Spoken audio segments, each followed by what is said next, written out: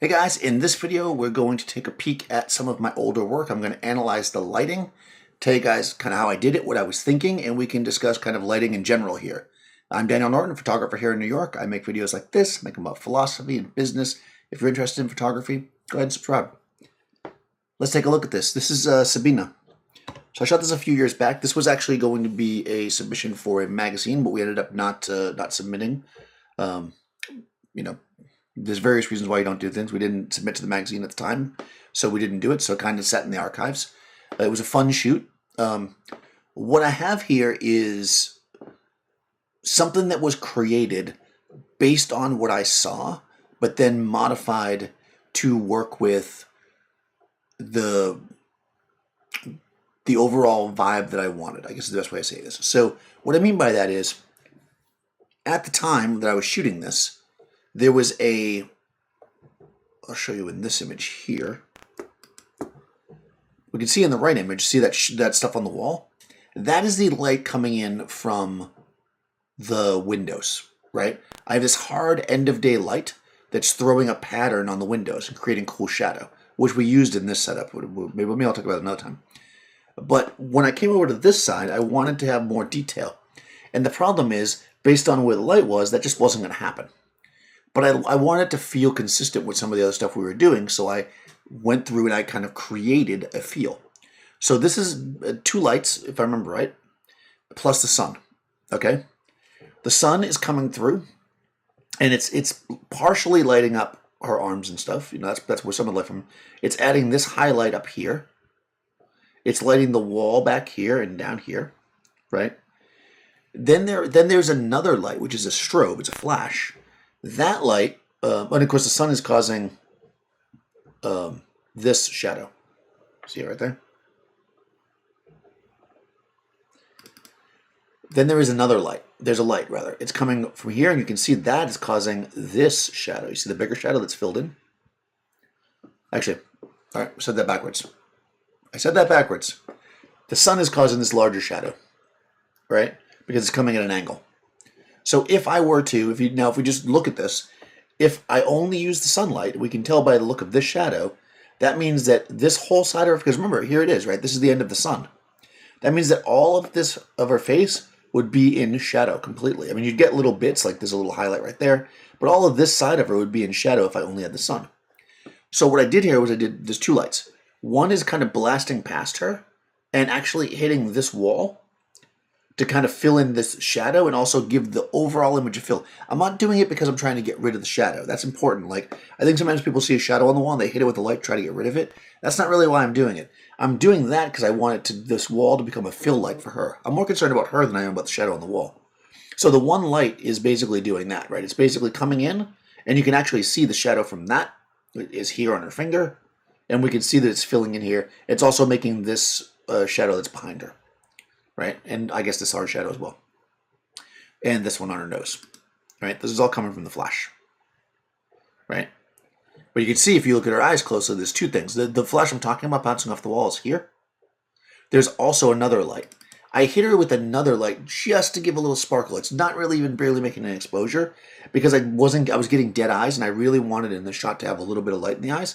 I don't normally do that, right? It's rare. When people ask me about catch lights, I'm always like, oh, catch lights. Sometimes I feel that it's necessary, though. So I basically hit her with one other light, which is actually causing this shadow, I believe.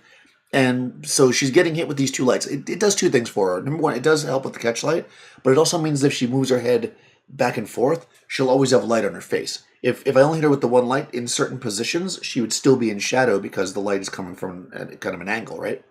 So we're basically coming in and creating this, like, area of light. Another way you could have done this, if you only had one light, is you could have like bounced it into a V flat, which would have created a larger light source that would have lit all this whole area.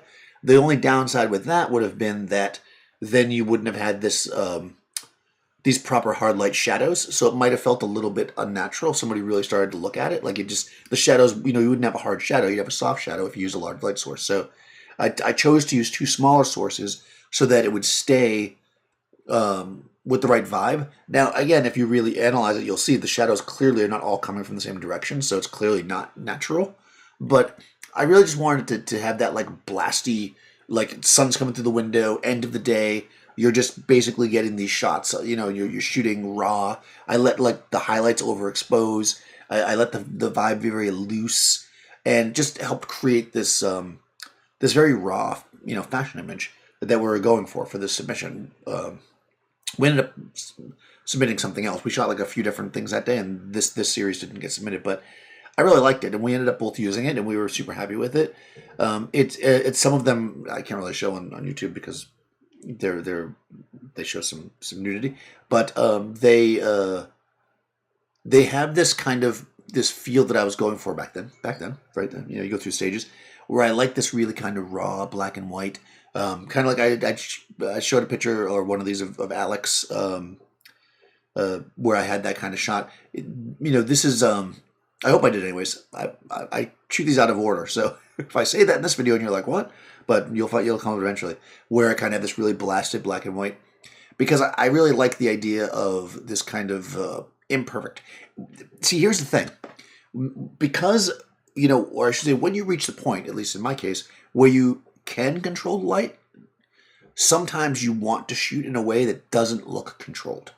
Because if you can control the light really well, then you can actually control it in a way that makes it look more raw. It looks like it just went in there and shot. But in fact, this is a shot that I planned. I planned it out. We figured out what we wanted to do. I knew I liked this light over here. I got her in that position. I threw the lights up. I kind of moved them around. Back then, I used to do a lot of. I was using my pro photo lights. I used to put them on rolling stands and roll them around the studio. Use a lot of bare head stuff, which is what I was really working with. And and we get these light sources that are punchy, right? They have the right vibe for the sunlight, but they're controlled, right? So we can fill in where we want it to fill in. So I hope that was useful, guys, and that you liked it. Let me know if you like this image. If you want to see more from this series, I could find ones that I guess aren't showing anything, and we could do more of Sabina. This was really fun. Or maybe we can find the series that got published. I have to go look for it. Usually when something goes to publication, it's like I don't put it in my personal archives because it's in publication. Anyways, let me know if you want to see more of this or whatever. Let me know what you guys like.